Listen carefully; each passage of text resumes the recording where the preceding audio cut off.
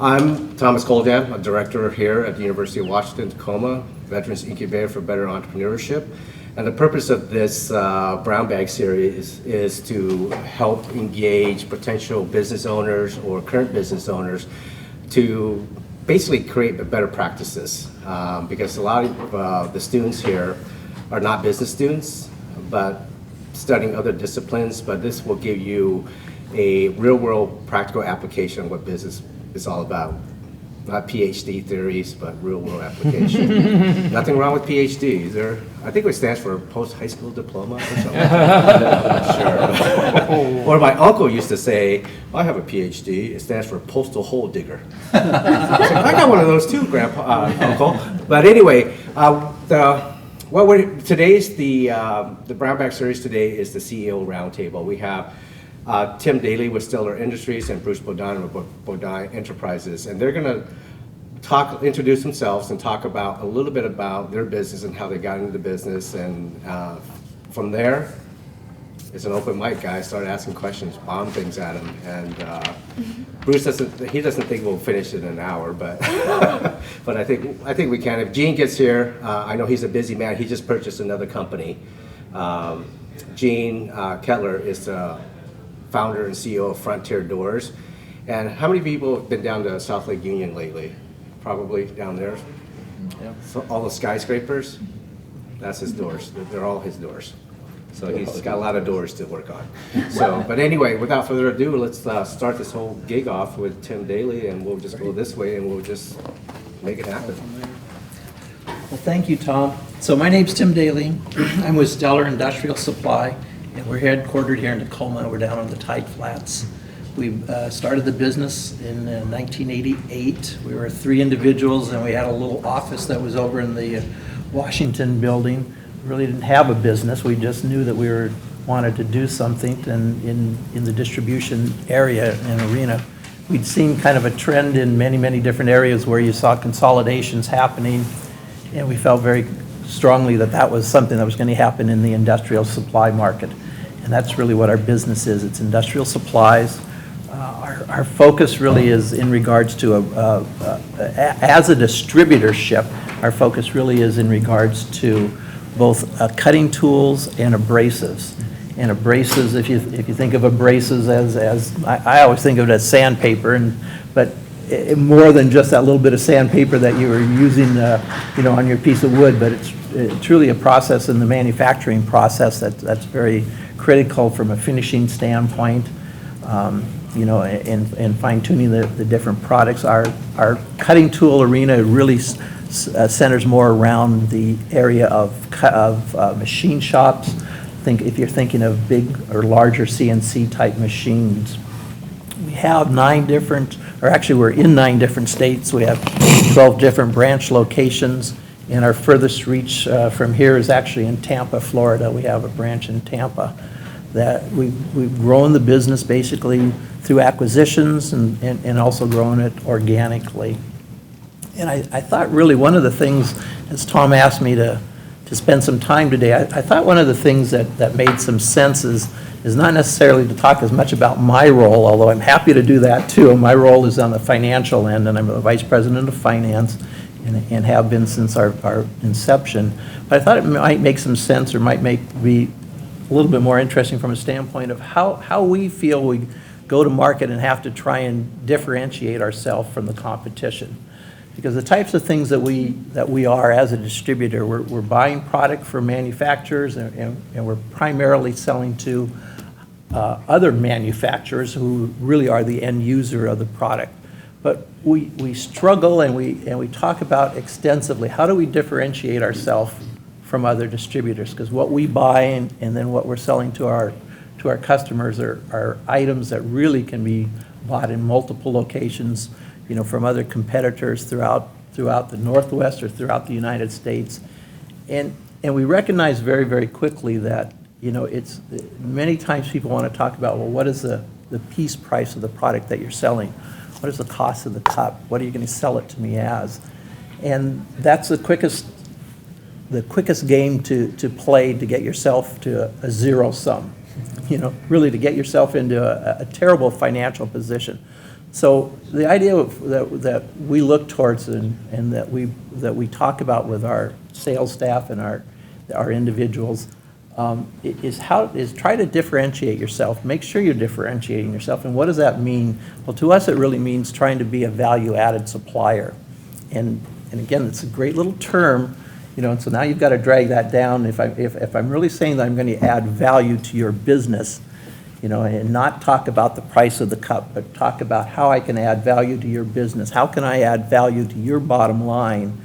And if you're doing it with the right partners, if you're doing it with the individuals that really understand the value concept, it can be very successful. And let me give you one example that we've used, and I think it's been very, very successful. We call it documented cost savings.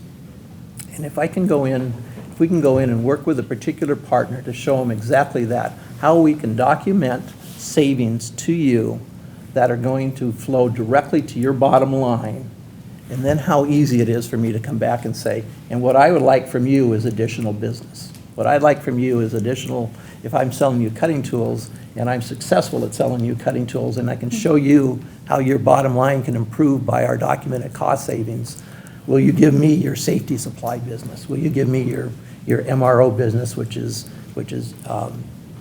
maintenance, repair, and operational type products? An example of what I'm talking about in this documented cost savings is the idea of truly what it says. It's documenting it, and it's making sure that your customer really is on board with you. A simple example, if you've got a cutting tool or cutting wheel that gets 100 cuts and it costs you $10 per wheel, if I can show you one that'll get you 300 cuts and it only costs you $15, I'm going to save you a significant amount of dollars that are going to flow again to your bottom line. And it sounds good sitting at the table here, and it's a relationship. It's a selling tool, quite frankly, that I believe is valuable and one that can take the conversation away from the price of the individual product. So we're about a $90 million business. Okay, it started at zero. We're at about 90 million this year. At least that's what our budget is, and hopefully we're going to get there. Thank you. A double knock. I appreciate it. Last year, we were able to document. We were able to get the individual customers to sign off that they agree that we were able to save them nearly $14 million in business, in product that we are selling to, in savings to them through our documented cost savings. So, and although I give you the one example of the cutoff wheel, that isn't the only example. Documented cost savings can be as much to us as, let's put in a vending machine at the site of the production line in the manufacturer's place of business, as opposed to making the individuals who are working the production line shut things down, walk over to a store's unit or a store's location that might be 1,000 feet away. What is the value to the customer to have that kind of a piece of equipment there that's going to save the time, keep the production line running? So it's only a simple example, I know that, but it is one that we feel very, very strong for, that you've got to get the idea of away from looking at a piece price and get yourself looking at how can I add value to my customer, and how can I deliver that value, and how can I document it, how can I quantify it, and how can I document it. It's been a large part of our business, and quite frankly, I think it's one that we can pretty well stand very proud and say it's been one that's been very successful.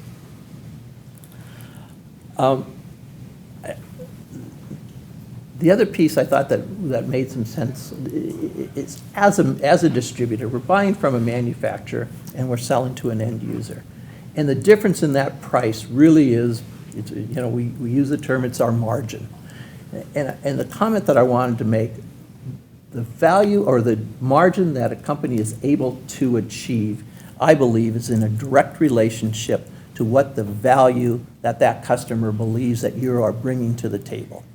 So if the customer looks at you as a distributor and says, the only value that you're bringing to me is the cheapest price possible, well, your margin is going to be as thin as it possibly can be.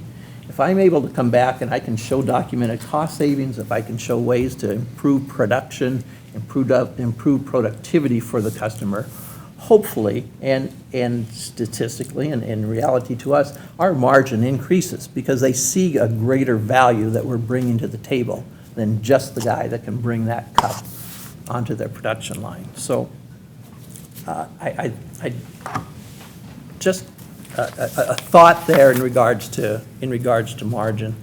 I thought I'd also just throw out a couple little thoughts in regards to lessons learned over nearly 30 years, because I think that's kind of important too.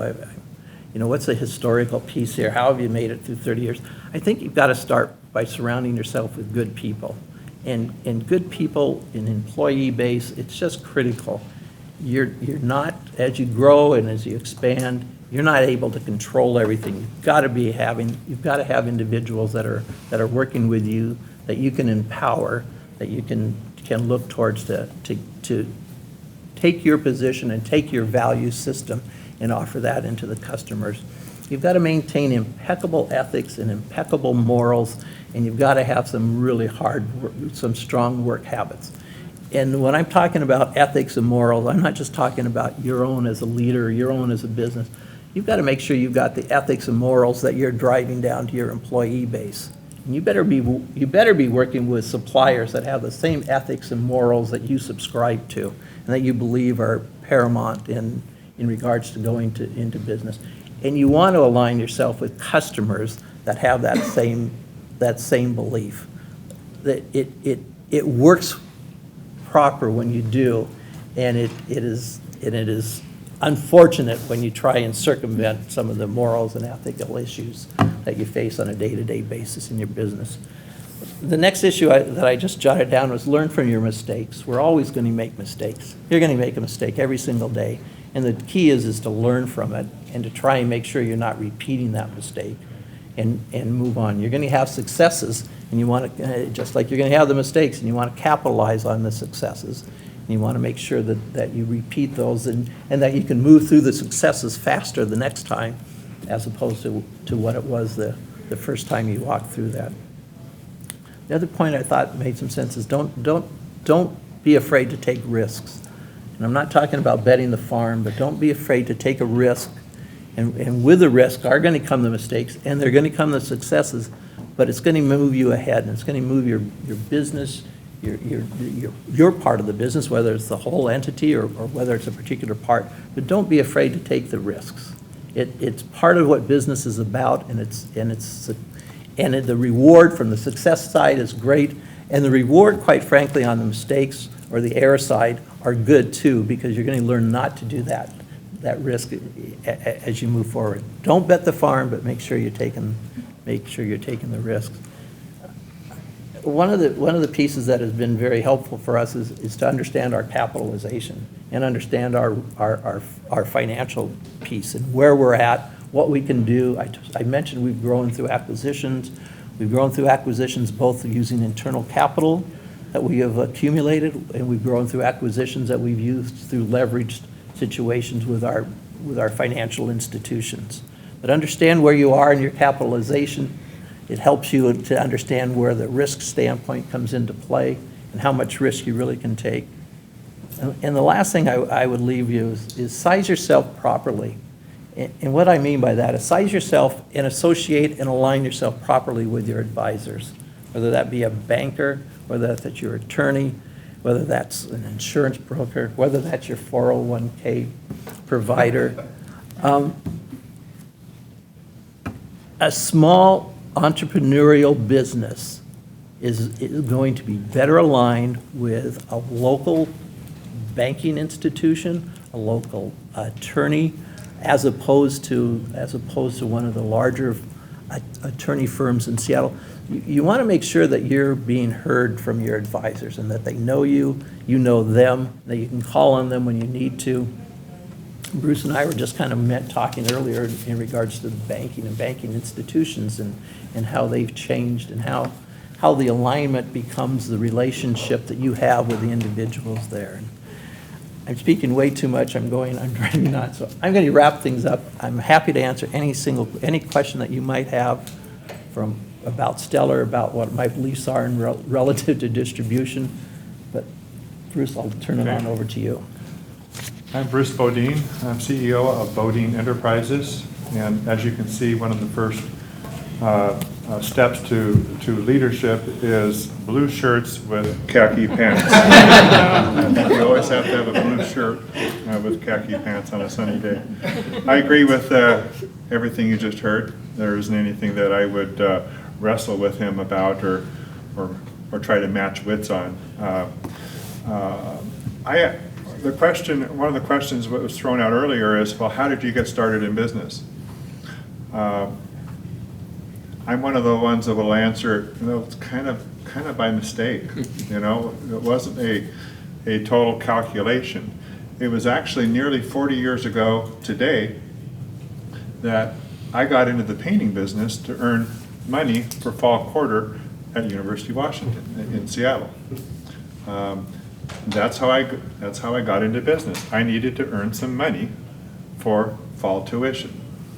By the end of the summer, business was pretty good, and I was tasting some of that green stuff, and it was. I will say, when I was going to the University of Washington, I was going there trying to find the tail on my kite. Just trying. I wasn't going to be a doctor. I wasn't going to be a tree arborist. I was just going there to. That's what you did back then, So off I went, got into the painting business, earned some money, wanted to do more, had goals. One of the key things that if you're around me long enough, you'll hear, make sure you put out, what your goal is. Put it on writing. You've heard that, and probably half of you have paid attention to that. But it is extremely powerful to write something down on one piece of paper or 2 pages. Here's my 10-year goal. I did that in '85, and my goal was to be out of the painting business completely and doing nothing but property management. It was a 2-page document. I kept it on the top of the drawer in the back of the pencil drawer that has all the clutter. I would pull it out about every 6 months, and I would read it. And at the end of 10 years, absolutely nailed that plan. So I was out of the painting business, and we were doing property management. Up until that time, we were building and acquiring and scratching and clawing, and building rentals. So one of the businesses we have is Maxi Space Storage and Business Solutions. It is by far very weighted towards small businesses. We have about 700 tenants total, and probably 3 of them are small businesses. The 1, the 2, the 3, maybe up to 10 people, working there at the businesses. We've been doing that for 30 years. So when we talk about businesses and being an entrepreneur, that's what we are, and our main brand, our main focus is watching all that happen, and it's fun, it's exciting. Other businesses we have is a Figures Women's Fitness Center. We have a Roland 253, which is a skate and community center. We have a Drive Lambo, which is an exotic car rental we do just for fun. A lot of it is donating it towards auctions for fundraisers. We have an Apex property management company, third-party management company for other people. And then finally, which is my favorite, is our Need a Break Services, which is a 501c3. It's part of our brand, it's part of our company. And that's all about helping single moms, widows, and elderly, car repairs, home repairs, things like that. The biggest project we ever did there was a few years ago. There was a lady out in Gig Harbor, got mauled by a couple of pit bulls. It was all over the news. We ended up going in there with it was 225 volunteers total, for a weekend, and completely redid her house. Probably $125,000 worth of work. So I tell you that little side footnote is to hear in me, what's passionate. The rental business and, fitness and property management, that's all great, but make sure, or at least have it in your goal to do something, for community, giving back. And you've heard that, and it rolls off my tongue like it's, boilerplate. But keep that on your radar. On the early part of a business, it's hard, but keep it as a goal at least. A few little nuggets that I'll share. Running a small business or any business or starting up is really hard. You hear people talk about balance, family balance, and all that. If you're going to go into business, for the most part, you can forget that speech. But let me explain. There is balance, but it comes in waves. You might work your butt off for 6 months, and you might not have a life. And you could possibly be boring because you're so focused, towards the goal. That's okay. The balance comes. Okay, you accomplish that goal, and you go on a trip to Maui, with the wife or the family, or go to Vegas, or whatever your fun is. But oftentimes you just don't get it like a normal Boeing engineer might get family balance. They can take off the job at 4:30 and come home and do the family, the fun, the kids stuff. Oftentimes you won't get that. And the reason why is because if you do, all sorts of other people are going to gobble you up because they're not. It's competitive. A few things you have to have for a small business. And we've watched many small businesses fail because they're missing just one of these spokes. You have to have a product, obviously. Whatever the widget is, or whatever you're selling, you got to have that. Well, of course. You have to have capital. Whether it's uncle, bank, or your savings. You can't just have a product with no money and expect to take it to market or start a business. Simple things. You have to have math skills. If you're not good with math, you'll probably fail. You got a great product. You got a great product, but if you can't understand how much to sell it for, you'll probably fail. People skills. You might have a great product. You might have the money. You might be good at math, but if you don't have people skills, if you're mean, if you're a jerk, or if you're short-tempered, I've seen great products, capitalized ventures, but they're hot. They get hot and bothered. Too fast, too quick. That's hard. That'll damage a business, and you could possibly fail just by being, that rude individual that nobody's attracted to. Vision. Obviously, you have to have a vision. Part of the 10-year plan. Writing that out. If you don't have a vision, if you don't have a goal, don't know where you're going to be, in a year, you'll probably fail. And last, and it sounds painfully obvious, but just the basic English grammar, spelling skills. All of us have got that email that is littered with grammar errors, and you think in your head, gosh, it's T-O-O.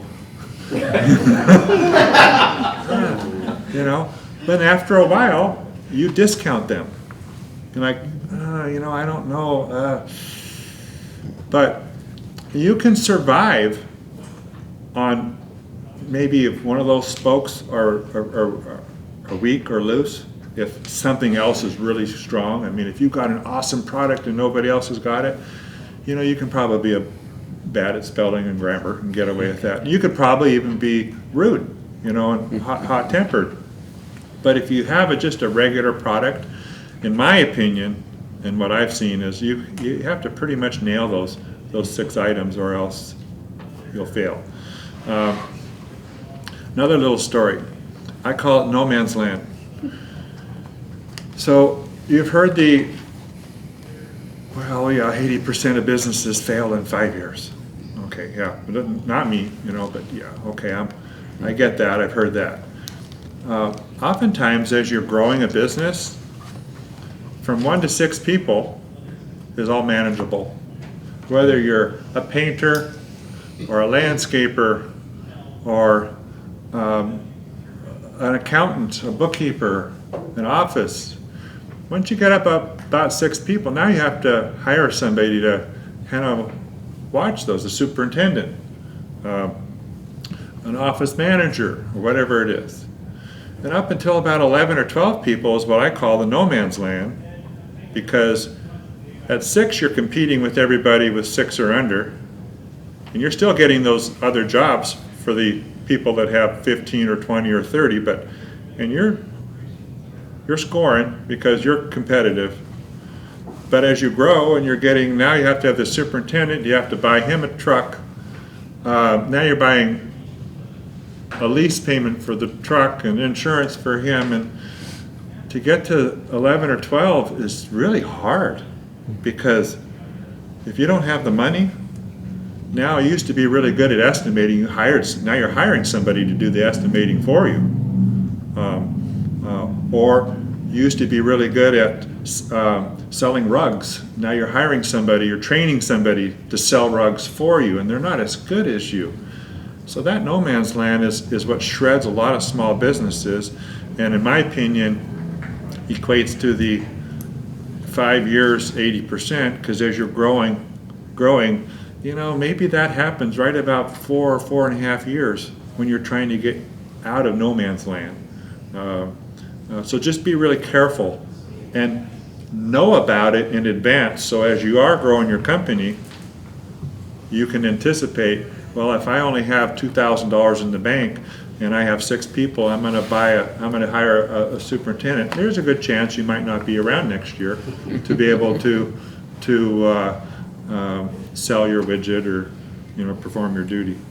Another item, and this might not align with everybody here, but don't do it for the money. I got into it because I had to earn money for fall quarter. Okay, I get that, but as you're moving through your entrepreneurial career, if you're doing it for the money, there's a possibility you might turn into that mean person just because something didn't go right. But do it because you're passionate about it. The money will follow. It will always follow. If you're passionate, you will trump the other person next to you all day long. The money will follow. I can honestly say that all the stuff we've done is really centered around wanting to achieve, wanting to reach an end goal, the vision. I want to get there, want to accomplish this goal, this dream. The money follows. And then lastly, my little comment here, make sure you surround yourself with cheerleaders, and that's hard because sometimes, if you have someone in your life and they're not this entrepreneurial spirit, which is very unique, it's going to be really hard if someone's always pulling you back. You really need to have a good cheerleader, somebody that's going to give you that attaboy, that attagirl, and yes, you can do that, even though they don't see the same bright light of owning your own business as you do. They will, or they might, someday. But you want to make sure you surround yourself with cheerleaders, and if you have people that aren't cheerleading you on, sorry to say, but move on. If you're focused, this is like a lifetime project. You don't want to have be sailing a ship and have an anchor out the back, pulling you through years and years of hard work, because you need the support. You will have to have the cheerleading support in order to keep your sanity, because it's hard. It's hard work, but very rewarding. And I love that I fell into it. But don't let anybody convince you that it's an easy road. Just like running a race is really hard, but during it there's those endorphins along the way. There's the adrenaline rush of crossing the finish line, and a lot of that is in here. There's not a lot of people out there giving you a standing ovation for it, but it's a fun journey. Okay. Okay, thank you, guys. I don't think Gene's going to make it, but I'll take this head seat here. So it's open up for questions. So I don't think they have any limits of what kind of questions they can ask you. So anybody have any questions first, or none? Yeah. Yeah. By the way, but thank you for being here. And both of your presentations need to be on TED Talk. So are you going to be submitting it to TED Talk? Because what was so great about it was so genuine, and it's so true what you said, and it applied 100 years ago, and it still applies today. And we sometimes chase after these fancy things that are out there and stuff like that, but it comes down to just basic, fundamental things. One question I'd like to ask both of you is the hiring process, finding that right fit, that individual. What have you learned, and what kind of techniques do you use for recruiting new people or replacing existing people? So I agree. I think hiring is one of the biggest challenges that we face, and it's one that you try to learn from your mistakes. We use a lot of different mechanisms from a hiring standpoint, and you've got to start and understand what are you trying to fill? What kind of a role are you trying to fill? What kind of position are you really looking for here? And with that, you hope that you're finding individuals that might have that technical skill that you're looking for, but you're also looking to find, I want to make sure I'm finding somebody who's going to fit within our organization and fit within that piece of the organization. And I don't want the prima donna. I want the individual who's going to work with individuals, who's going to learn and is going to enjoy, being part of an organization that is growing. So some of the ways that we use, and some of the techniques that we use from a hiring standpoint is in regards to recruiting on campus. In that regard, we have aligned ourselves with some hiring organizations in regards to helping us fill positions that are a little bit more. We're highly centralized from an operational piece in that regard. So we'll utilize some hiring organizations to help us when we're looking for staffing in unique areas.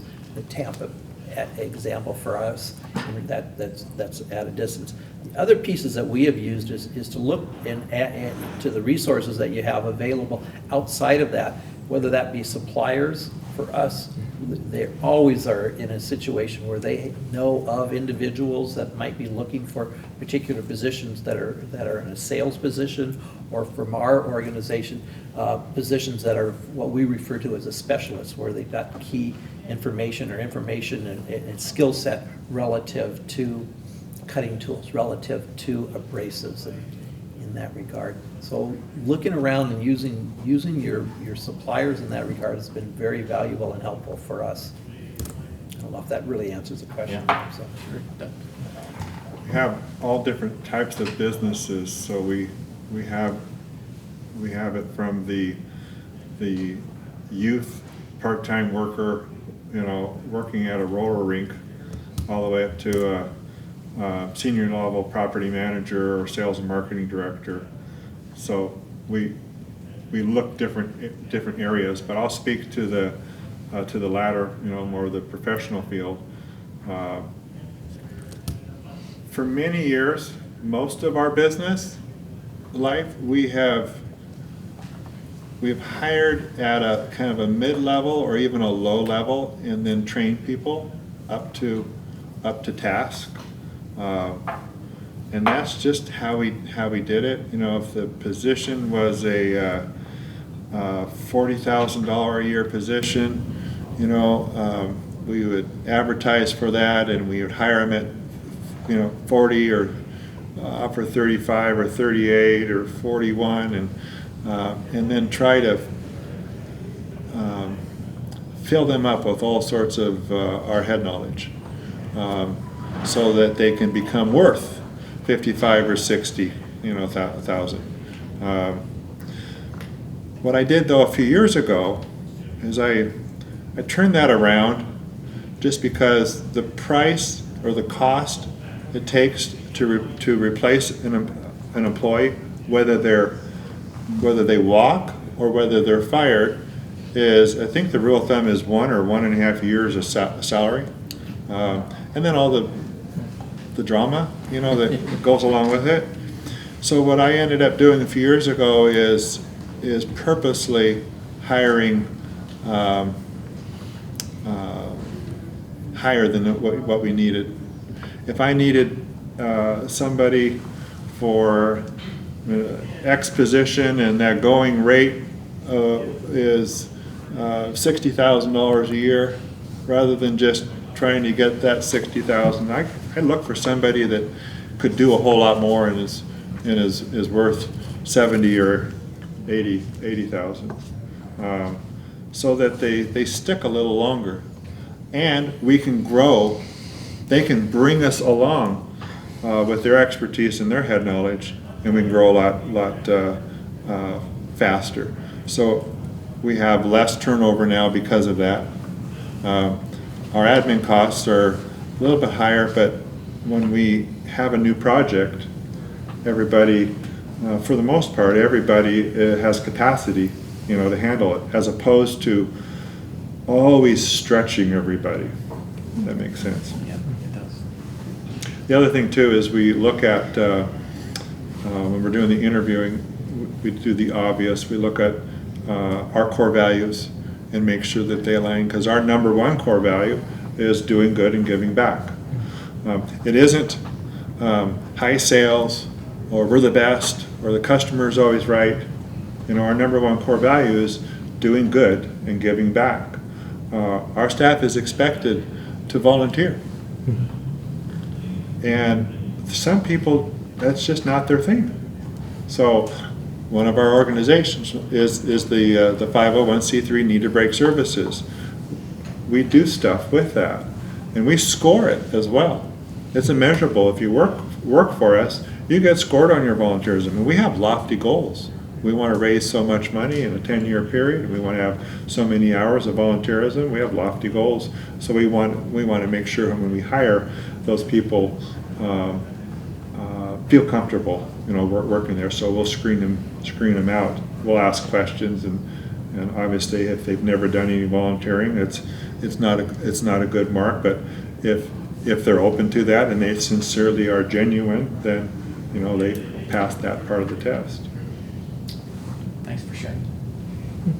I have a question. I'm taking notes, and I guess this question is to you, Bruce. And you said skating rink and exotic cars. Can you explain about the exotic car business? What is that? Actually, a better way to answer that intrigue would be that old lemon and lemonade story, you know, making lemonade out of lemons. I have absolutely zero passion for skating rinks. Absolutely zero.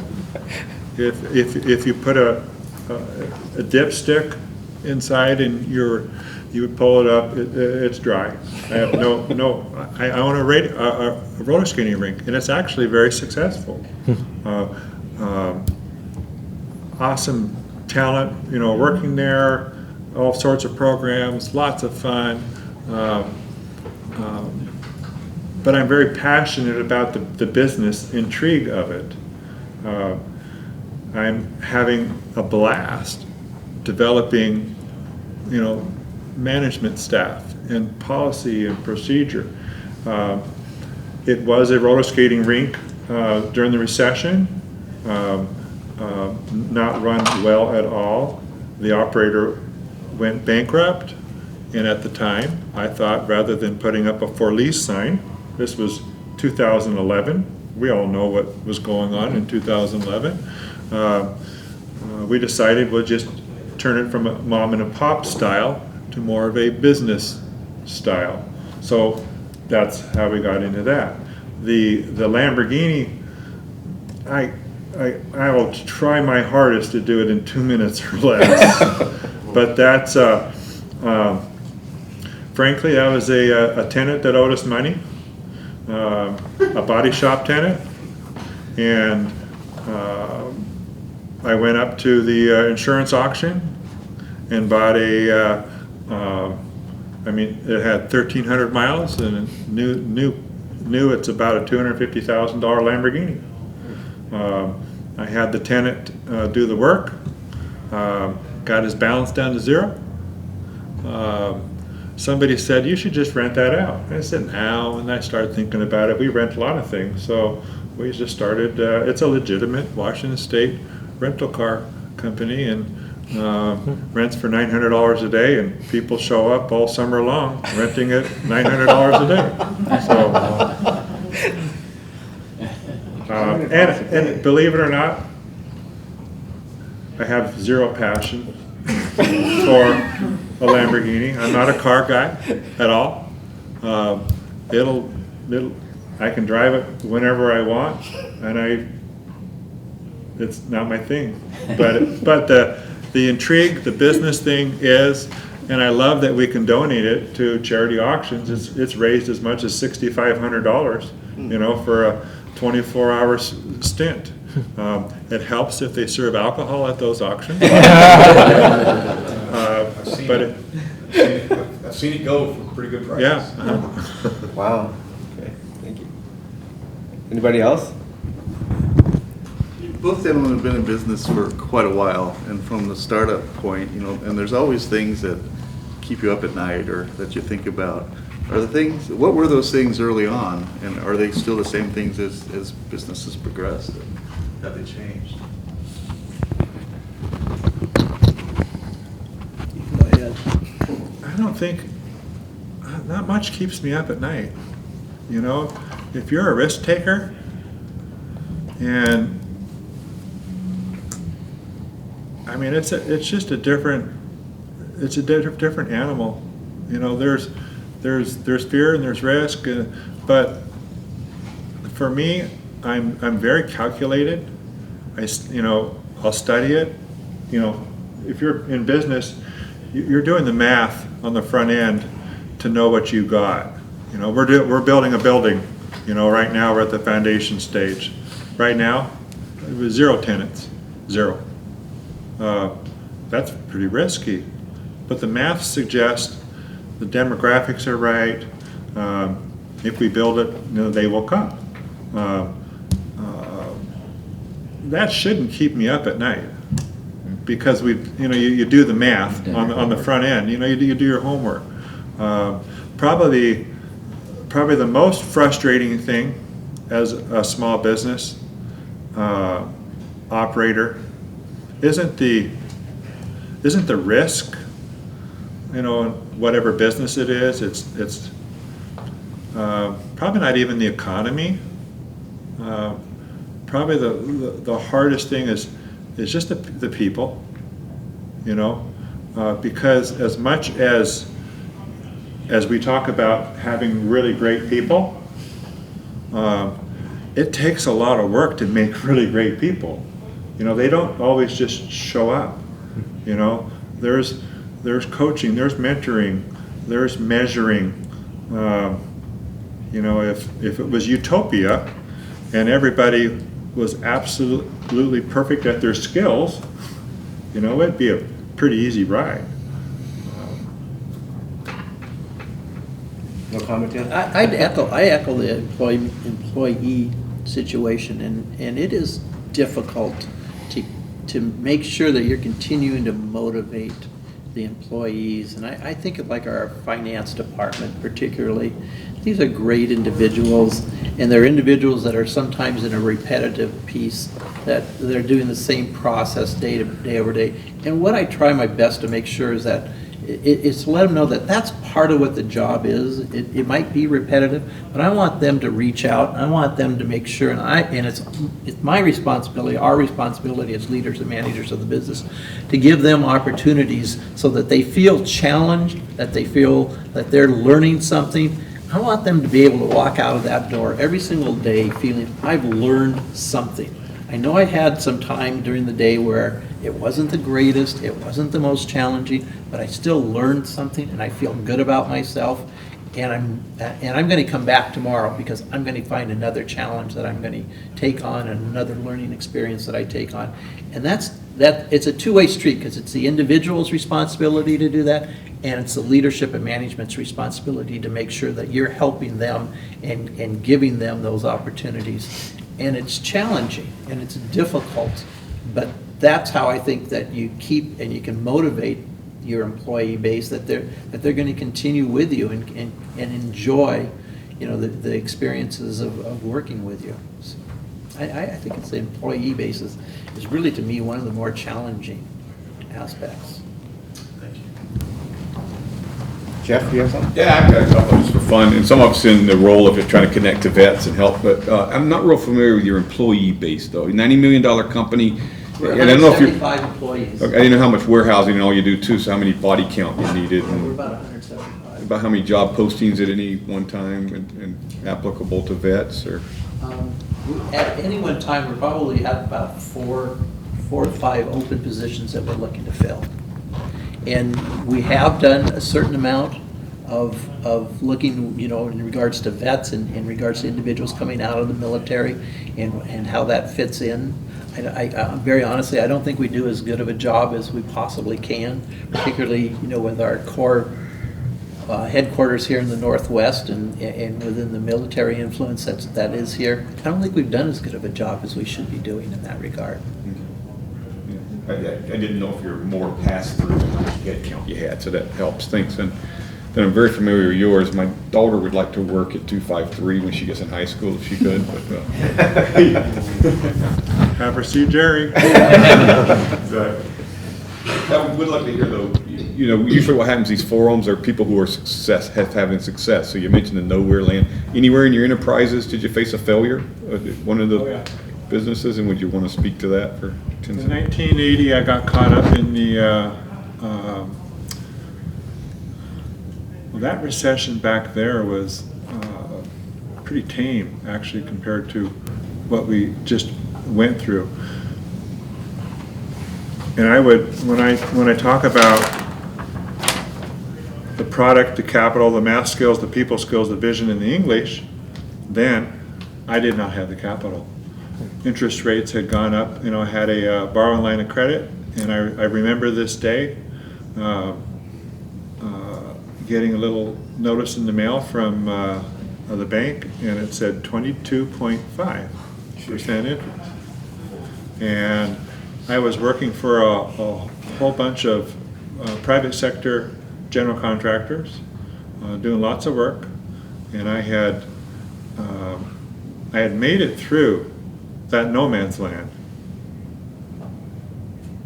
just on the edge of it, and then the recession hit, and because of the, if your margin is, do the math, 15% on a good day, and you're borrowing on a receivable line of credit at 22.5, well, that's not very good. That's not very good math.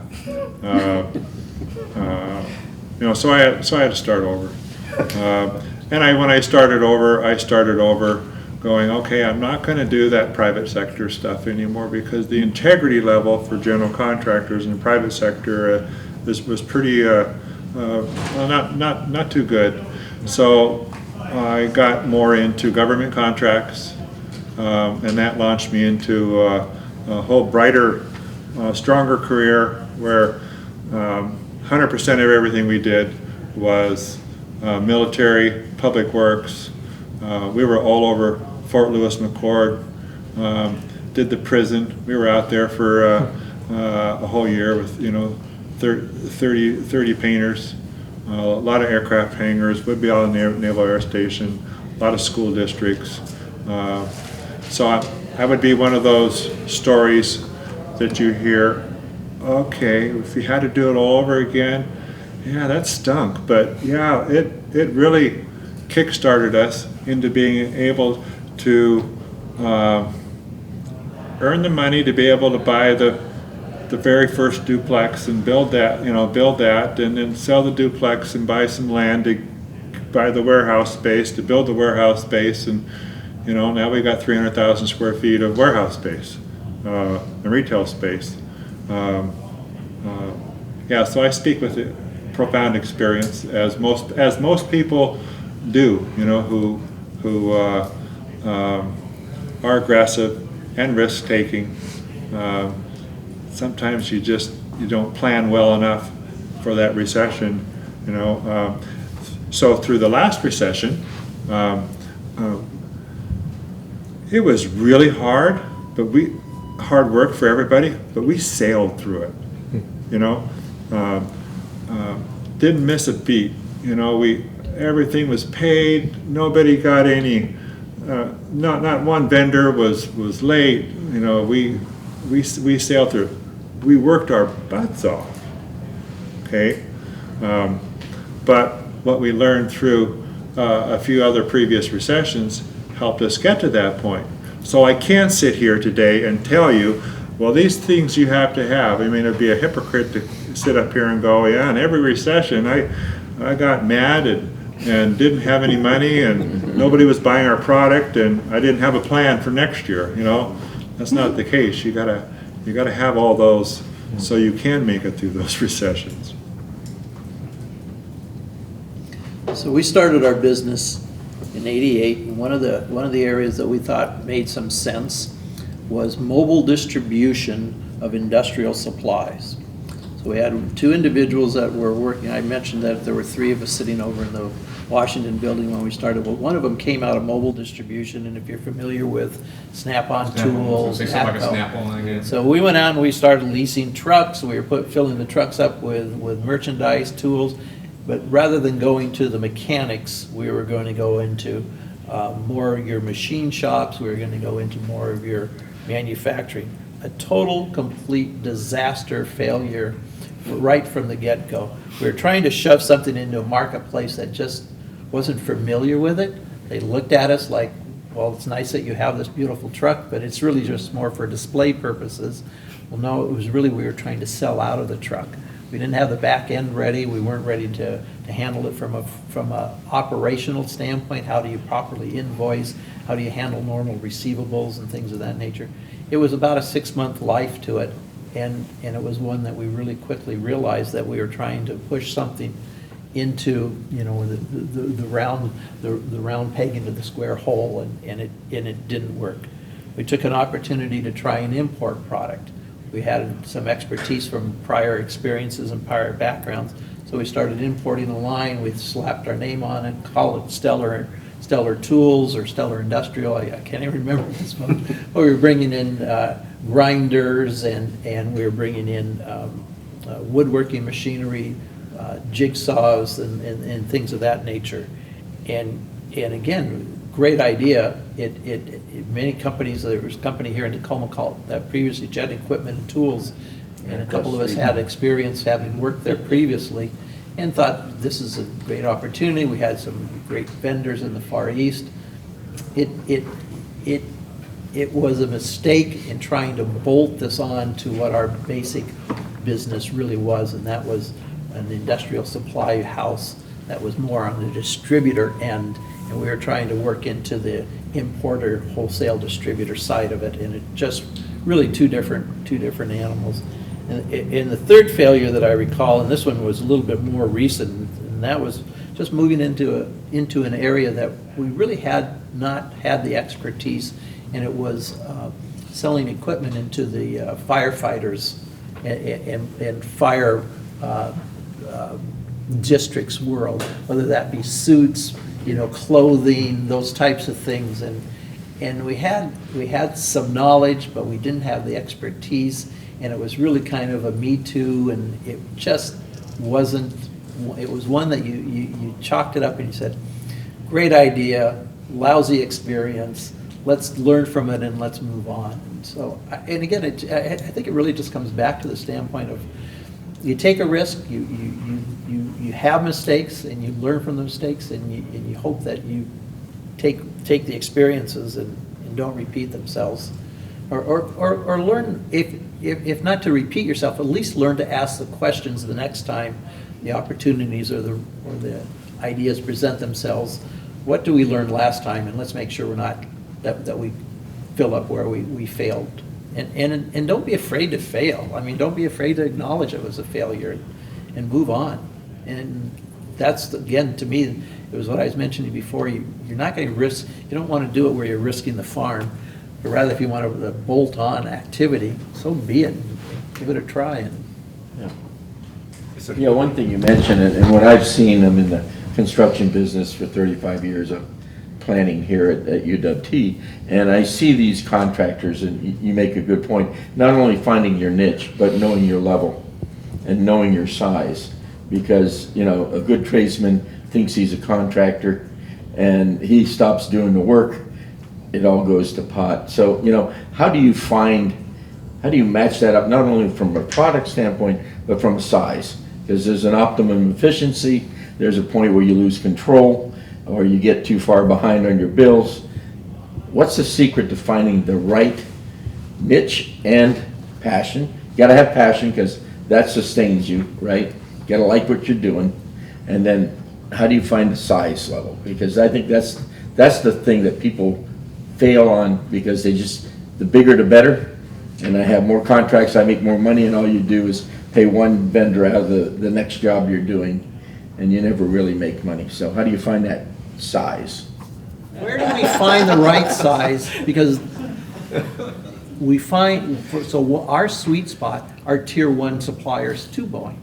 That's where our sweet spot happens to be, because they have the same needs that Boeing would have, but at a different level. They're willing to talk to you, they're willing to work with you, they're willing to look towards how can you help me to improve my business, and that's where our sweet spot is going to come in. So you're absolutely right, it's a sizing issue as far as I'm concerned. I have an answer too. Yeah. I read a book all the way back in the 70s, in Peter Principle. Mm-hmm. Okay? Yeah. The ones who are doing this are kind of like going, oh, yeah. Yeah, you get to your level of dysfunction. Everybody rises to their level of incompetence. Yeah. You know, that's tough business, you know, to hear that. But that's reality, you know. So how do you target when you don't know where that incompetence falls into play? I would still do the 10-year plan, the 10-year goal, even if it is idealistic, even if it butts up against my own level of incompetence or what I can handle.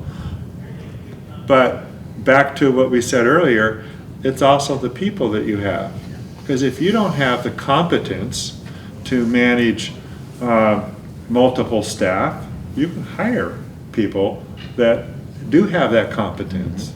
So I don't ever look, I'm never afraid to take it to another level if I can't manage it myself, but I do want to put it out there. I mean, I have one of our companies, Apex Property Management, and I've told our staff, whatever you make of it, it's third-party property management. So it's up to them.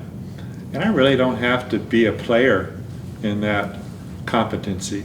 I have to make sure, I have to help make sure that we're on track, but that can be their thing. So I don't take all that burden. Mm-hmm. And I take the burden to hiring the right people. But so you've learned that uh-huh.